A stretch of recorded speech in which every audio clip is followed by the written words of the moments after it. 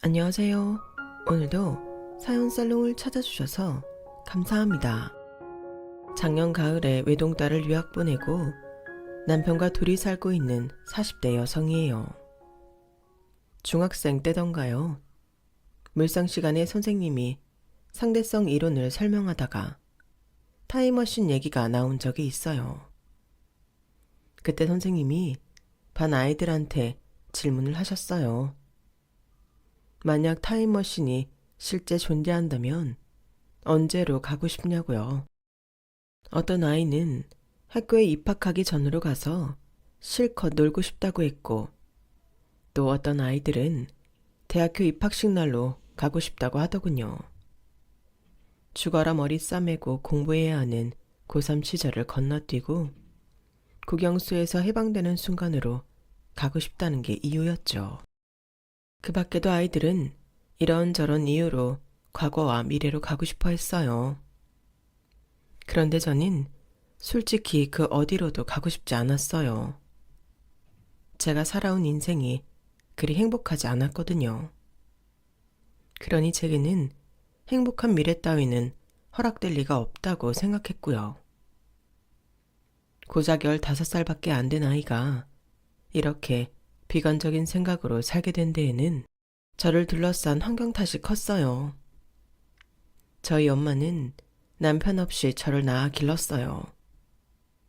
지금이야 한부모 가정에 대한 정부 지원도 많고 사회적 인식도 많이 개선되었지만 제가 유년기를 보내던 시절만 해도 여자 혼자 아이를 키운다고 하면 다들 색안경을 끼고 봤어요. 여자가 함부로 몸을 굴려서 그렇게 됐다고 손가락질 했으니까요. 엄마는 그런 수모를 견디면서 저를 기르셨어요. 그래서 차마 엄마한테 제 아빠에 대해 묻지 못하겠더라고요. 마치 엄마가 기를 쓰고 버텨온 날들을 부정하는 기분이 들어서 말이에요. 엄마는 제가 자라는 동안 아빠에 대한 얘기를 거의 해주지 않았어요. 우리 모녀를 버린 아빠에 대한 미움도 여전한 그리움도 엄마한테는 없는 것 같았죠. 그래서 누가 저희 아빠에 대해 물으면 저는 그냥 사고로 돌아가셨다고 둘러댔어요.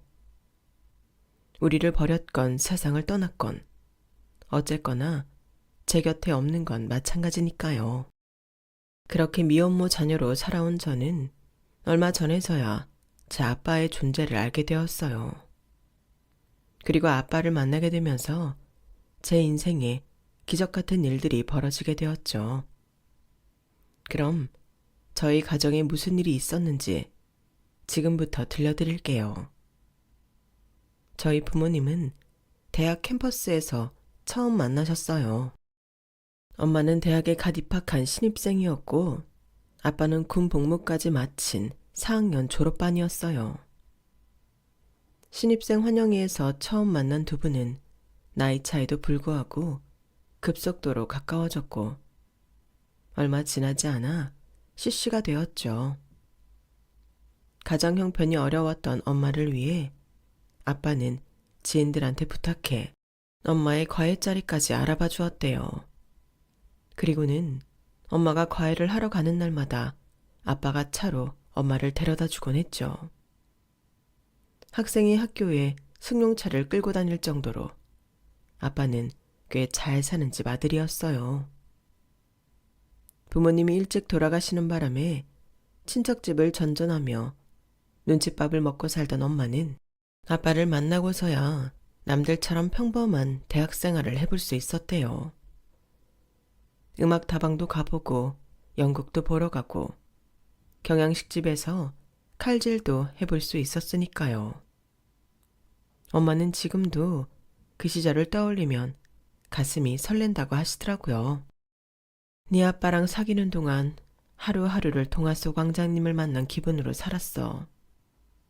내가 이런 호사를 누려도 되나 싶은 게 겁이 날 정도였으니까.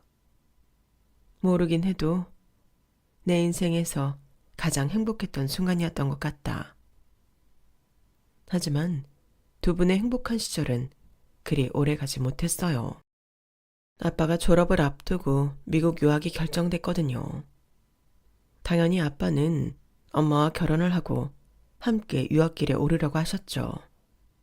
하지만 딱 들어봐도 양쪽 집안 간의 차이가 극명한데 제 친가에서 저희 엄마를 곱게 볼 리가 없잖아요.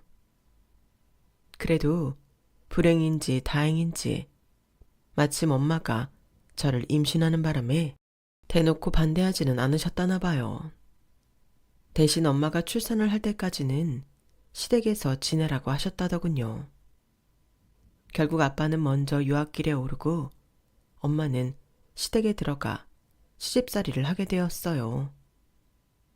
말이 시집살이지 워낙 잘 사는 집이라서 집에 일하는 사람들도 많고 먹는 것도 풍족해서 친척 집에 얹혀 살던 때와는 비교도 안 될 만큼 생활이 편했다고 하더군요. 학교에 강의를 들으러 갈 때도 기사 아저씨가 학교까지 데려다 주시고 강의를 마치면 알아서 데리러 오시곤 했대요. 비록 저희 친가에서 엄마를 탐탁치 않게 생각하긴 했어도 자신들이 할 도리는 다 해주셨던 거죠. 그런데 생각지도 못한 일이 생긴 거예요. 그동안 엄마를 데리고 살았던 엄마 친척 내외가 집으로 들이닥친 거예요. 돈 많은 집에 며느리로 들어갔다고 하자 한몫 뜯으려고 찾아온 거예요. 마치 빚받으러 온 사람들처럼 당당하게 돈 얘기를 꺼내는 바람에 중간에서 엄마 입장이 곤란해진 건 당연했어요. 아직 식은 안 올렸지만 그래도 이 집 아들 애까지 뵌 마당이니 사돈이라고 불러도 되겠죠? 오늘 이렇게 찾아온 건 다름이 아니라 보상 문제에 대한 논의를 하기 위함입니다. 기왕 이렇게 된 이상 우리도 뭔가 손에 쥐는 게 있어야 하지 않겠어요?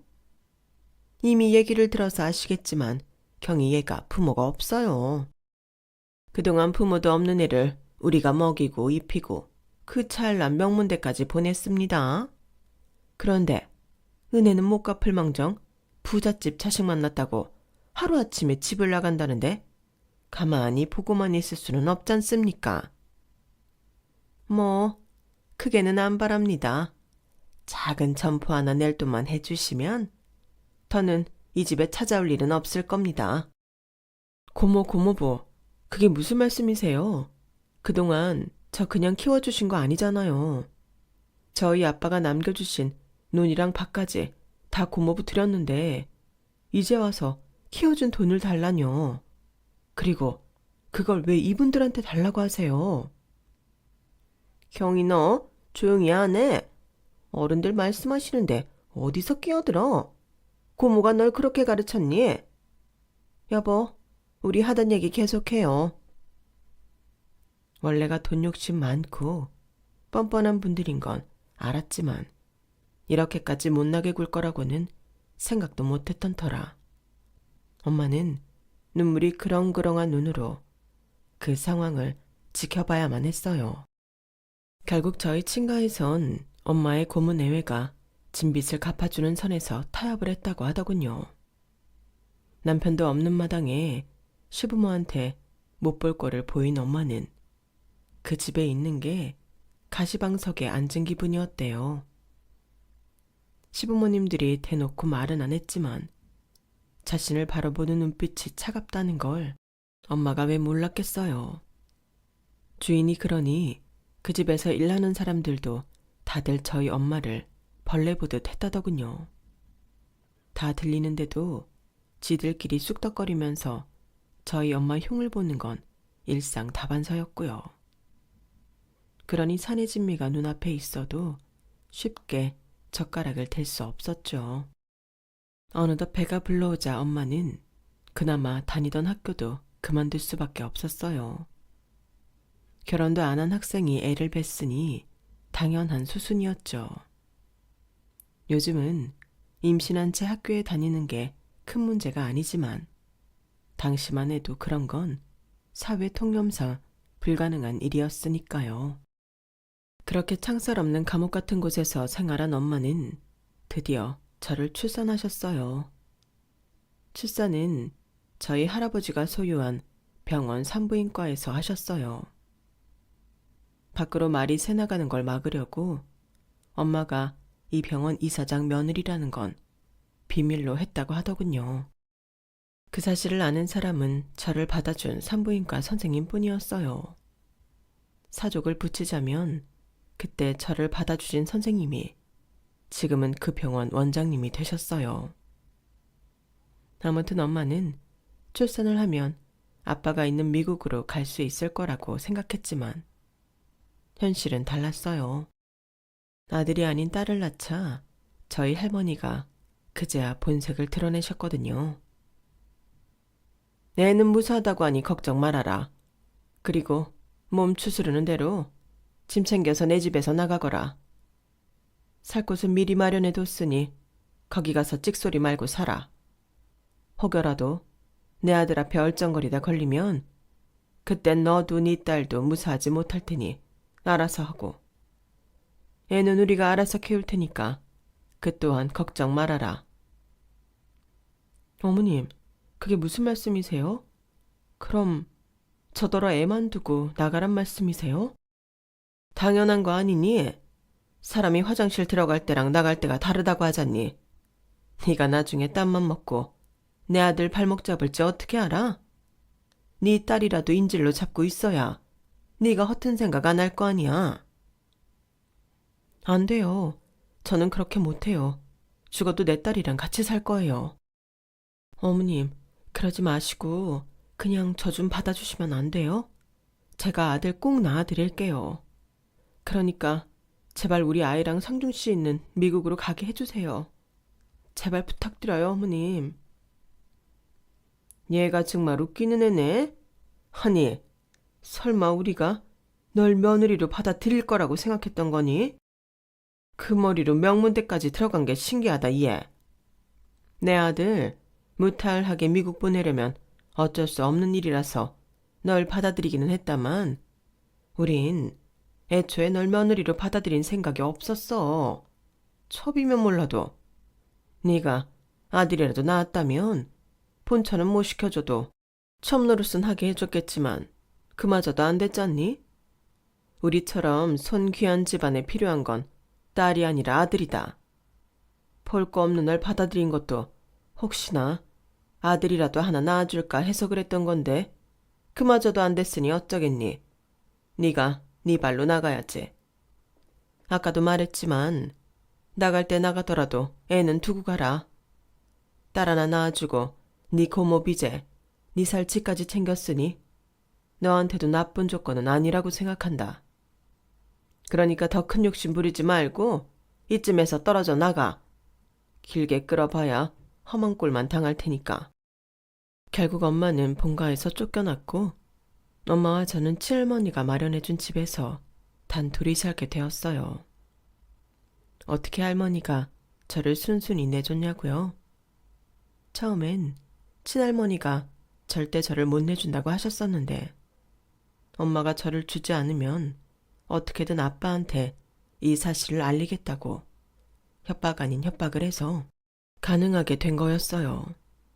남편도 잃었는데 자식마저 뺏길 수 없었던 엄마의 처절한 몸부림이었던 거죠. 하지만 그렇게 저를 데려오면서 엄마는 많은 걸 잃어야 했어요. 이제 갓 20을 넘긴 여자가 남편도 없이 애를 키우고 산다는 게 쉬운 일이 아니었으니까요. 게다가 시댁에서 해준 집에 툭 하면 시어머니가 보낸 사람들이 찾아와 저희 모녀를 감시하는 통에 엄마는 마음 편히 지낼 수가 없었어요. 그래서 그 집을 팔고 야반도주를 하듯 지방 대도시로 도망을 쳤어요. 나무는 숲에 숨기라는 말처럼 사람이 많은 도시로 가야 오히려 들키지 않고 살 수 있을 거라고 생각했기 때문이었죠. 뿐만 아니라 엄마가 저를 키우려면 일자리가 필요했는데 아무래도 대도시가 일자리 구하기에도 쉬울 것 같다는 계산도 있었어요. 집을 판 돈 중 대부분은 은행에 넣어두고 우리 모녀가 살 수 있는 조그마한 전셋집을 구해 들어갔는데 다행히 주인 할머니가 좋은 분이라서 우리 모녀는 많은 도움을 받을 수 있었어요. 당시 엄마는 시댁 눈을 피하기 위해 친척들과도 연락을 끊었고 몇 안 되는 친구들과도 연락을 끊은 터라 주인 할머니의 도움은 가뭄에 내린 단비 같았어요. 제가 시도 때도 없이 울어대는 통에 많이 불편하셨을 텐데도 주인 할머니는 한 번도 싫은 소리를 하지 않으셨어요. 남편 앞서 보내고 아들, 딸도 다 시집 장가가서 적적하던 차에 오히려 잘 됐다고 하셨죠. 절간처럼 조용하던 집에 애 우는 소리가 들리니 이제야 좀 사람 사는 집 같다나요? 아이고야, 아가 알을 낳았네. 이래가 혼자 키울 수 있겠나? 사정이 어찌 되는가는 몰라도 여자 혼자 아 키우기 쉽지 않을 낀데 위하면 좋노? 힘들어도 어떻게든 살아내야죠. 비록 제 인생은 이 모양이라도 내 딸만큼은 남부럽지 않게 번듯하게 키워낼 겁니다. 그래, 살아보면 살아지는 게 또 인생이니까네. 용기 잃지 말고 함 살아봐라. 내 도와줄구마. 할머니는 95세 세상을 떠나실 때까지 저를 손녀딸처럼 예뻐해 주셨어요. 엄마가 일을 나가면 대신 저를 봐주셨기 때문에 어릴 때는 저는 주인 할머니가 제 진짜 할머니인 줄 알고 자랐을 정도였죠. 엄마는 그 집에 살면서 중고등학생 과외도 하고 이후엔 동사무소에 취직해 공무원 생활을 하셨어요. 월급은 얼마 안 돼도 다른 직장들에 비해 퇴근 시간이 빨라서 택한 직장이었죠. 무엇보다 남들 보기에 번듯한 직장이었다는 것도 한몫했어요. 공무원이라는 직업이 사회적 지위가 높은 직종은 아니지만 적어도 은행 대출은 잘 나오는 직업이었으니까요. 안 그래도 미혼모라는 꼬리표까지 붙은 마당에 철밥통이라 불리던 든든한 직장은 비빌 언덕 하나 없던 엄마 인생에 큰 바람막이가 돼주었어요. 하지만 어린 저를 둘러싼 세상에서는 엄마의 직업이 아무런 방어를 해주지 못했어요.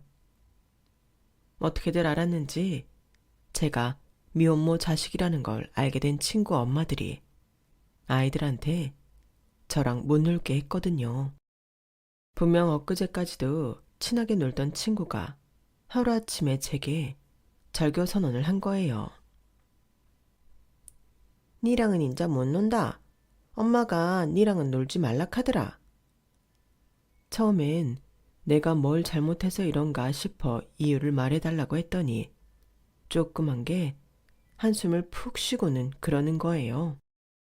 우리 엄마애가 그란데 니 엄마가 남의 남자 뺐스타 카더라. 그래 널 낳았다 카던데 내한테 따져도 소용없다. 우리 반 애들 다 안다. 다들 니랑 안 논다 카더라. 내가 말했다 하면 안 된대. 비밀 꼭 지키래. 어린 마음에 가슴이 휑하게 뚫리는 것 같았어요.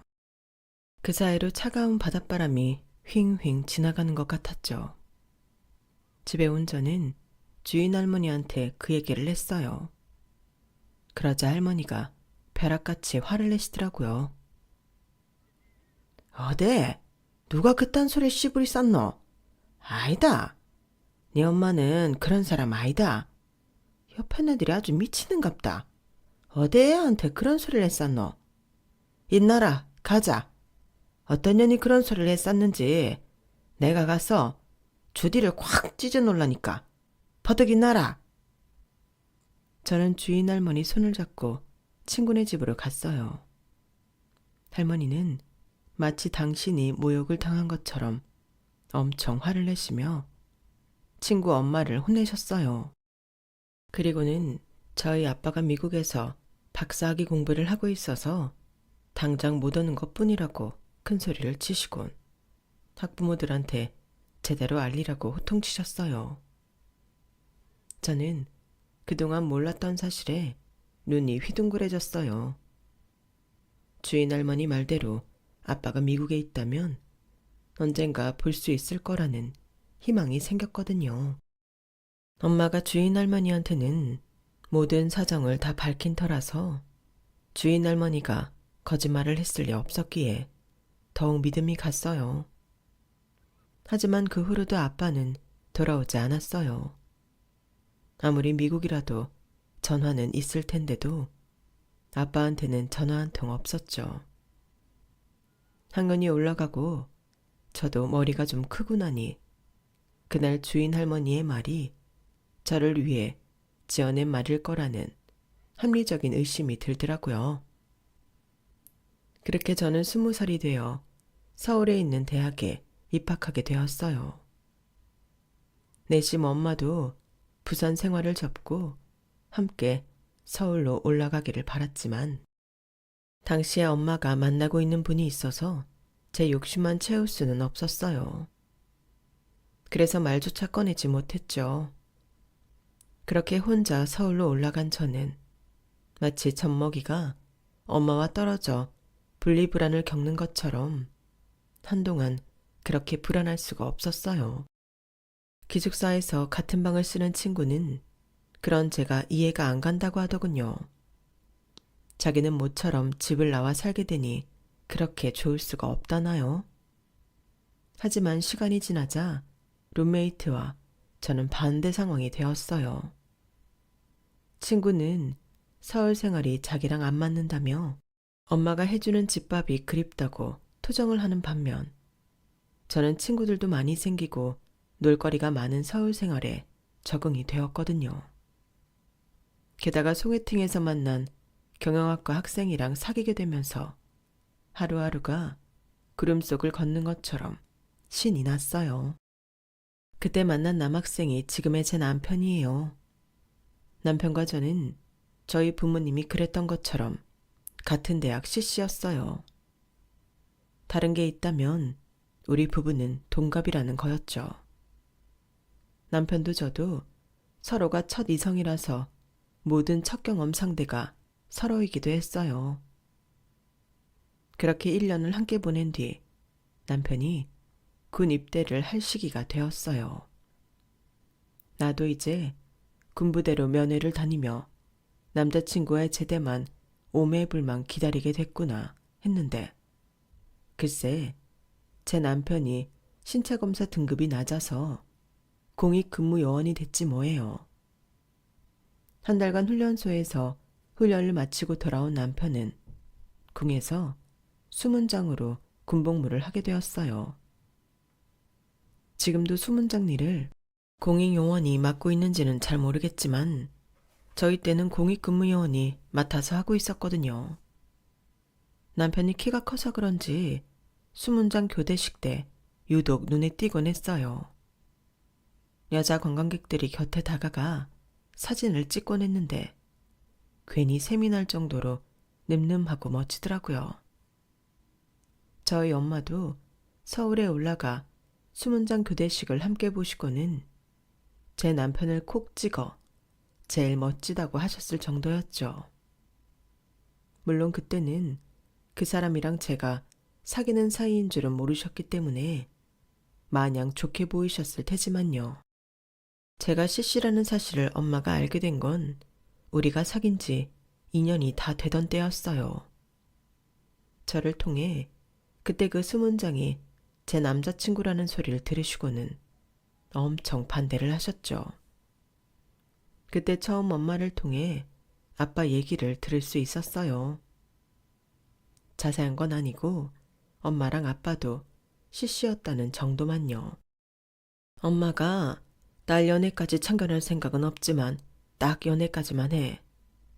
남녀 사이는 어떻게 될지 모르는 거니까 너무 깊은 관계는 맺지 말라는 얘기야.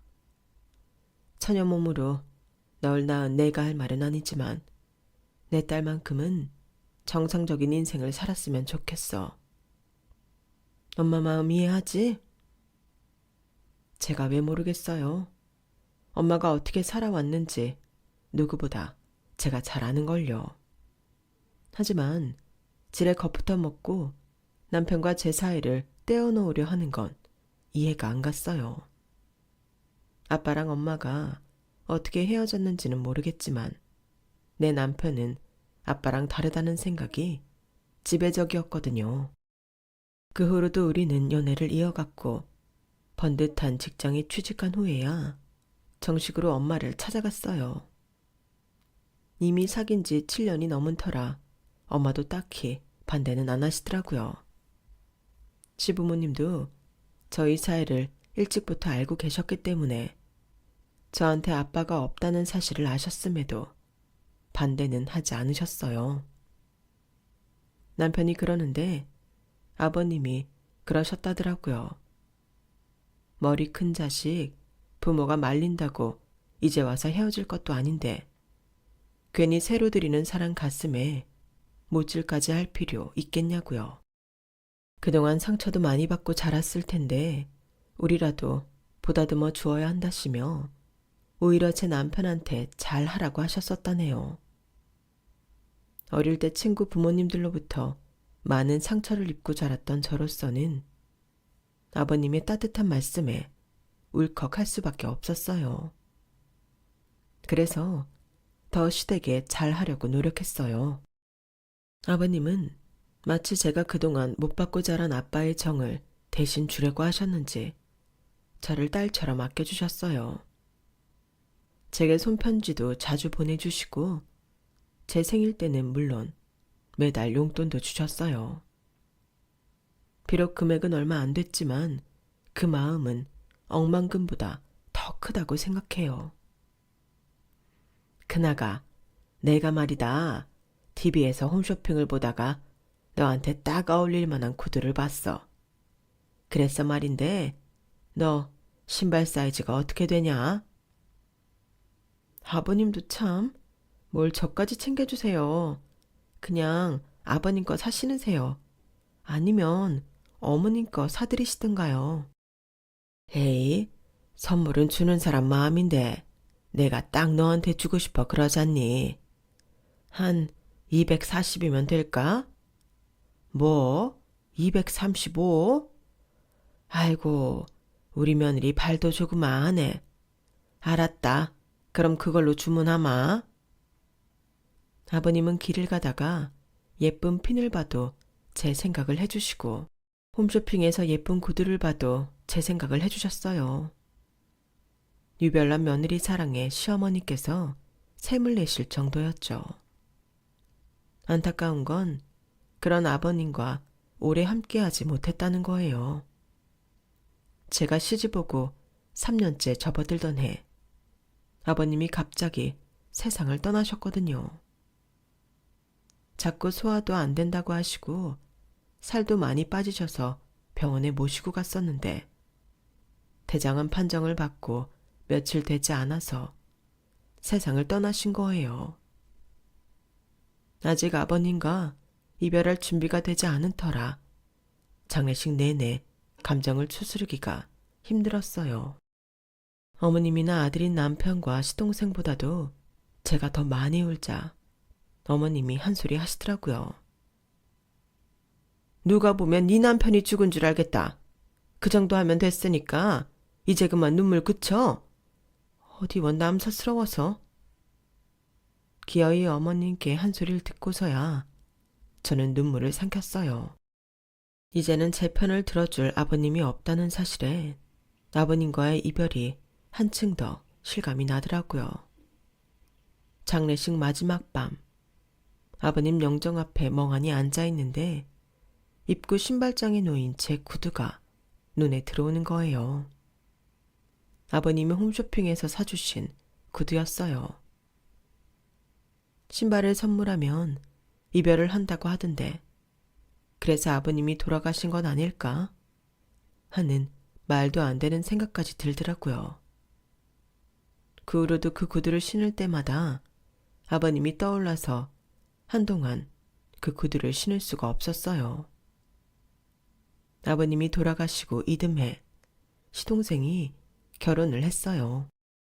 맏며느리는 마음에 안 차는 사람을 들여서 내심 불만이었던 어머님은 이제야 당신 마음에 꼭 드는 며느리를 들이게 됐다고 엄청 좋아하시더라고요.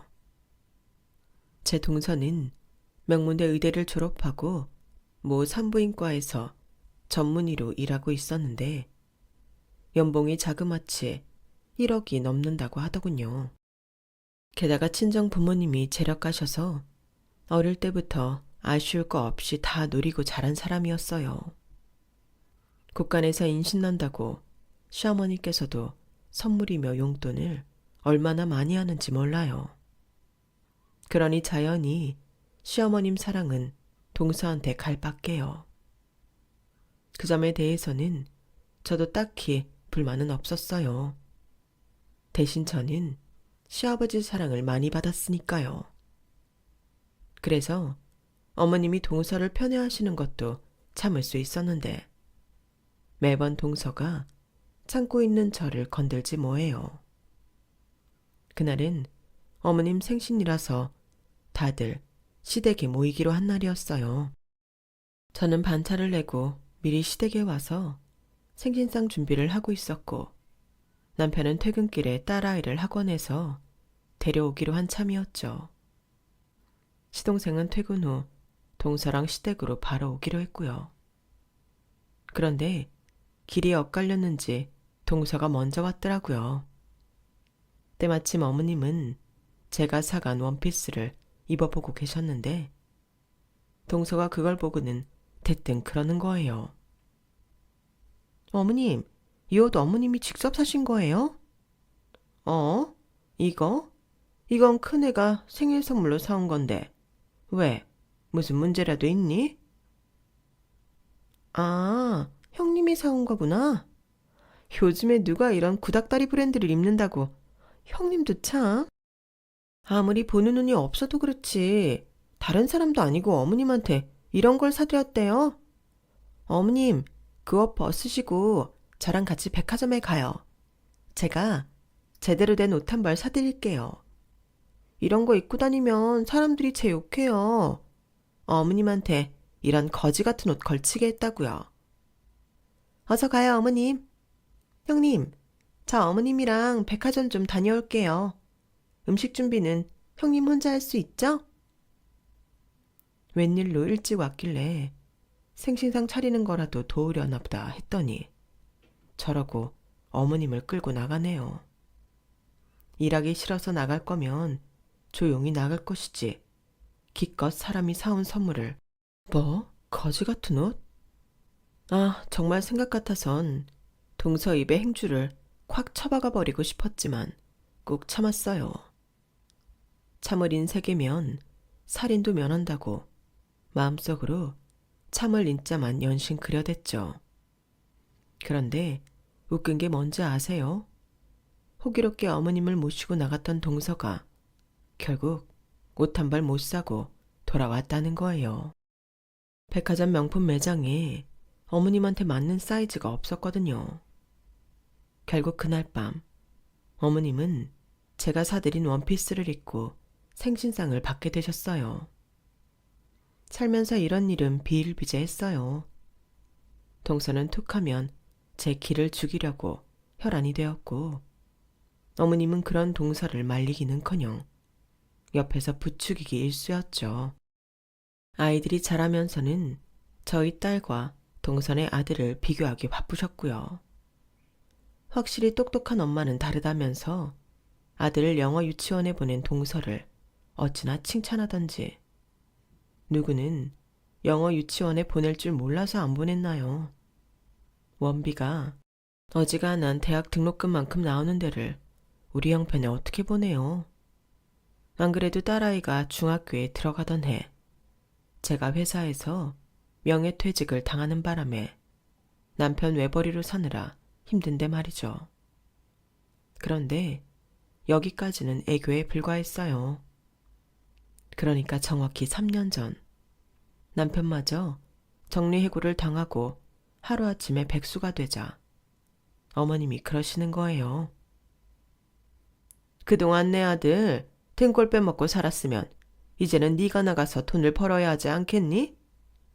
그래서 내가 너 일할 일자리 하나 구해왔다. 이것도 작은 애가 너 생각해서 특별히 얻어준 자리야. 고마운 줄 알고 열심히 일해. 어머님은 전화번호 하나를 던져주시고는 연락해보라고 하셨어요. 당장 다음 달 생활비도 빠듯한 판에 이거저거 가릴 것 없던 저는 그날 오후 어머님이 주신 연락처로 전화를 했어요. 그랬더니 다른 건 묻지도 않고 제 나이를 묻더라고요. 그래서 40대라고 했더니 무척 반기면서 당장 내일부터 일을 하라고 하는 거예요. 그래서 정확히 제가 맡게 될 업무가 뭐냐고 물었더니 내일 출근해 보면 안다고 병원 이름을 대더라고요. 그런데 병원 이름이 왠지 낯설지 않은 거예요. 알고 보니 동서가 일하는 병원이었더라고요. 병원에서 내가 할 일이 뭐가 있나? 아무리 생각해봐도 딱히 떠오르는 게 없었어요. 사회생활이라고는 사무직밖에는 안 해봤는데 혹시 업무과에서 일하게 되는 건가? 아무튼 목마른 사람이 우물 판다고 이튿날 아침 일찍 병원으로 출근을 했어요. 그런데 세상에 제가 맡게 된 업무가 글쎄 병원 청소 일이지 뭐예요.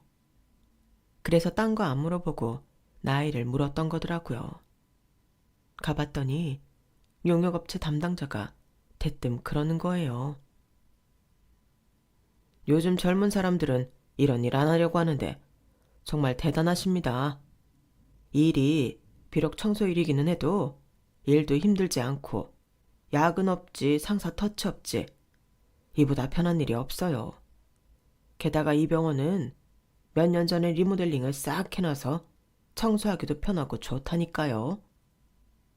아주머니가 아주 운이 좋으신 겁니다. 이런 자리 쉽게 안 나요. 솔직히 직업 가지고 차별하면 안 되지만 그 순간만큼은 제가 맡게 된 일이 너무도 초라하게 느껴졌어요.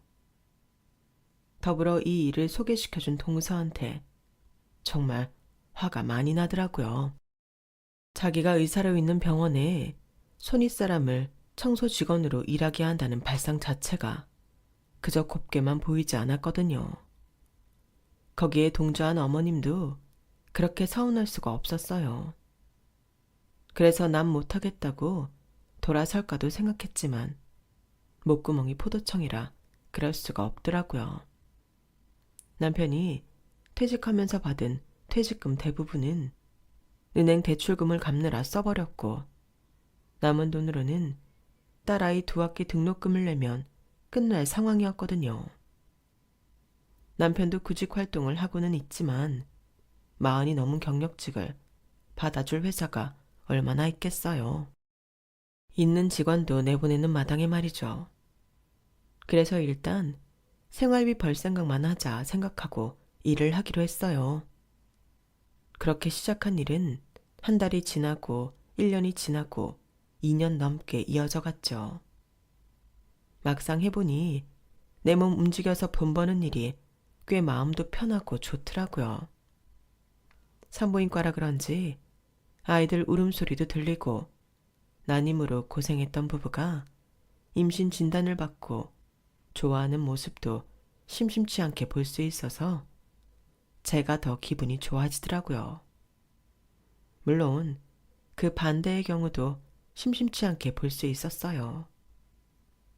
어렵게 가진 아이를 유산해서 실애에 빠진 부부, 자연분만 중에 산모가 잘못돼서 순식간에 아내를 잃게 된 남편들도 있었고 병원 안에 인간사의 희노애락이 다 드리워져 있더라고요.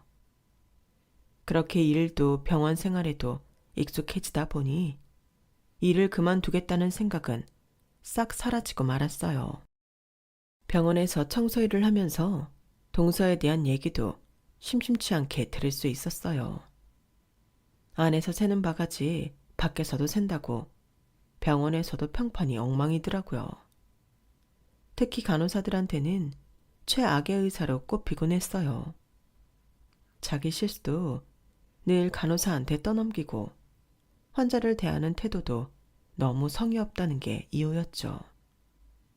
그렇다 보니 병원에서 내가 동서랑 가족이라는 걸 밝히지 못했어요. 제가 피해를 입을까봐 그런 건 아니고 아무래도 이 병원 의사인 동서가 여기서 청소일 하는 저랑 동서지간이라는 게 밝혀지면 동서 얼굴에 먹칠하는 것 같았거든요. 다행히 병원에서 동서랑 마주칠 일도 없어서 딱히 곤란한 상황은 없었어요. 병원에서 일을 하면서 알게 된 건데 의사라고 해서 다들 저희 동서처럼 권위의식에 빠져 사는 사람만 있는 건 아니더라고요. 특히 병원장쯤 되는 높은 자리에 앉아 있는 분이라면 청소이라는 저 같은 사람은 무시할 법한데도 이 병원 원장님은 그러지 않았어요. 매번 마주칠 때마다 먼저 인사를 건네주시고 주머니에 간식이 있을 때면 서슴없이 꺼내주시곤 했어요. 그래서 다른 의사들도 아닌 병원장님과는 많이 친해지게 되었죠.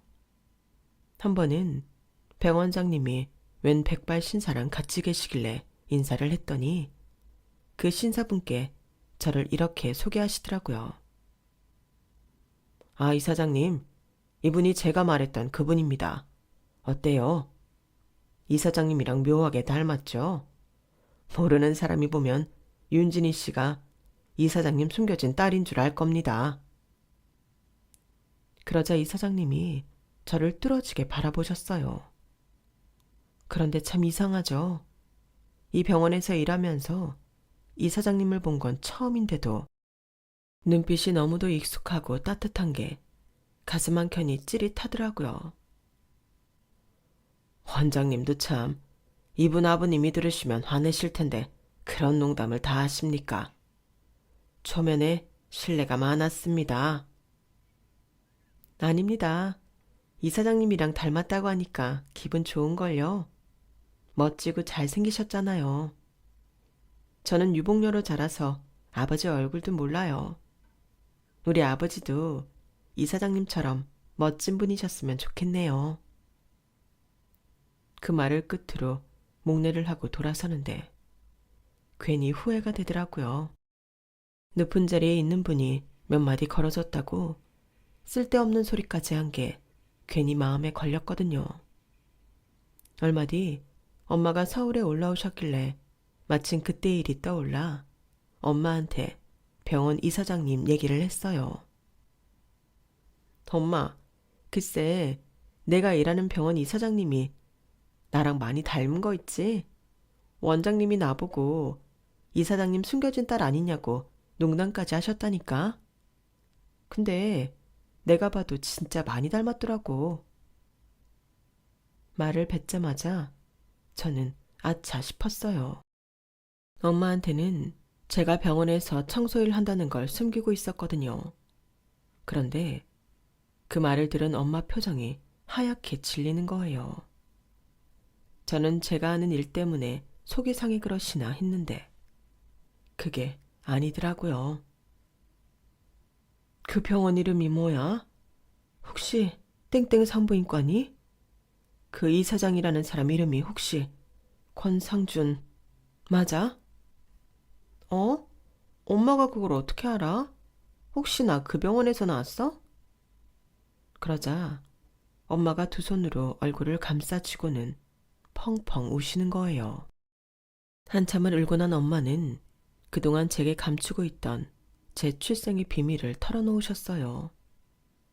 그리고는 그 이사장이 바로 제 친부라는 사실도 말해주었죠. 처음엔 헛웃음만 났어요. 이건 뭐 영화 시나리오도 아니고 내 인생에 이런 극적인 일이 일어난다는 게 실감이 안 났거든요. 하지만 엄마 표정을 보니 장난 같지는 않아서 덜컥 겁이 나더라고요. 하지만 그렇다고 해서 당장 이사장님을 찾아가 당신이 내 아빠가 맞냐고 물을 수는 없었어요. 이미 이사장님은 가정이 있으실 테고 이제 와서 엄마랑 제가 나타났다고 해서 달라질 건 없을 테니까요. 게다가 제 꼴이 너무 한심하게만 느껴져서 도저히 앞에 나설 용기가 나지 않았어요. 다른 일도 아니고 아빠 병원에서 청소 일을 하고 있으니까요. 그래서 일부러 병원장님도 피해 다니고 병원에 이사장님이 왔다는 소리를 들으면 괜히 화장실로 숨곤 했죠. 그런데 이런 저와는 달리 저희 엄마는 용감한 사람이었더라고요. 저 몰래 병원장님을 통해 아빠를 만났더라고요. 이사장님실에서 엄마와 아빠가 재회 중이라는 사실을 모른 채 저는 그날도 평소처럼 병원에 출근해 청소를 했어요. 일을 마치고 막 옷을 갈아입고 로비로 나왔는데 마침 동서가 엘리베이터에서 내리더라고요. 순간 병원이라는 사실도 깜빡하고 동서 옷소매를 잡았어요. 동서, 지금 퇴근해? 제 딴에는 반가운 마음에 한 행동이었는데 동서가 자기 옷소매를 잡은 제 손을 보더니 신경질적으로 확 뿌리치며 그러는 거예요. 뭐야 더럽게. 화장실 청소한 더러운 손으로 어딜 만져? 청소부면 청소나 할 것이지 어디 감히 의사 몸에 손을 대냐고. 같은 병원에 있으니까 우리가 동급인 줄 알아?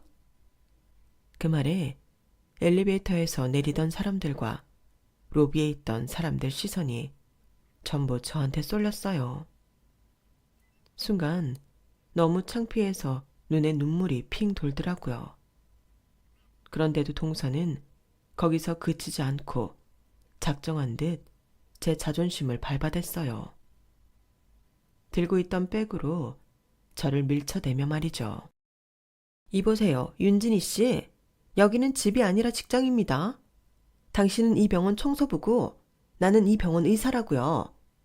그렇게 사리분별 못해서 어디 사회생활 하겠습니까? 한 번만 더 그 더러운 손으로 내 몸에 손대면 당신 당장 잘라버릴 테니까 각오하세요. 불쌍해서 일자리 구해줬더니 어디서 엉기려들어 거지 같은 게. 그때였어요. 누군가 동서의 뺨을 세차게 쳐버렸죠.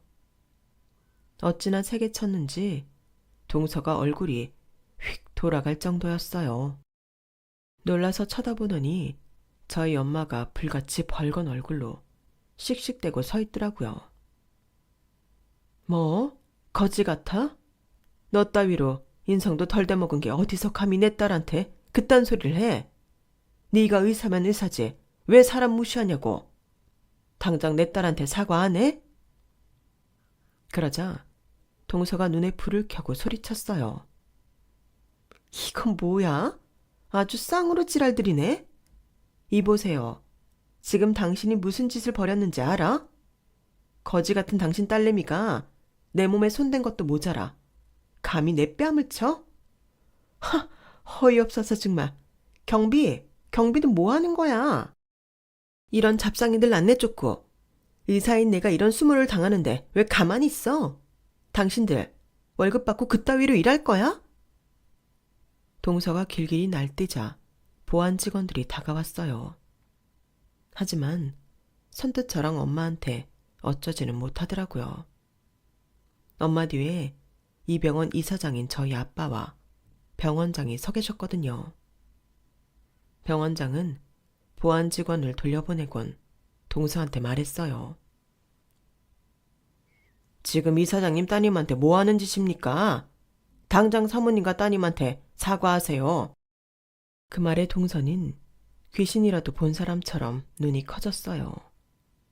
그런 동서를 말없이 노려보던 아빠는 조용히 입을 떼셨어요. 보아하니 내 병원 의사인 것 같은데 원장님이 사람을 잘못 뽑았네요.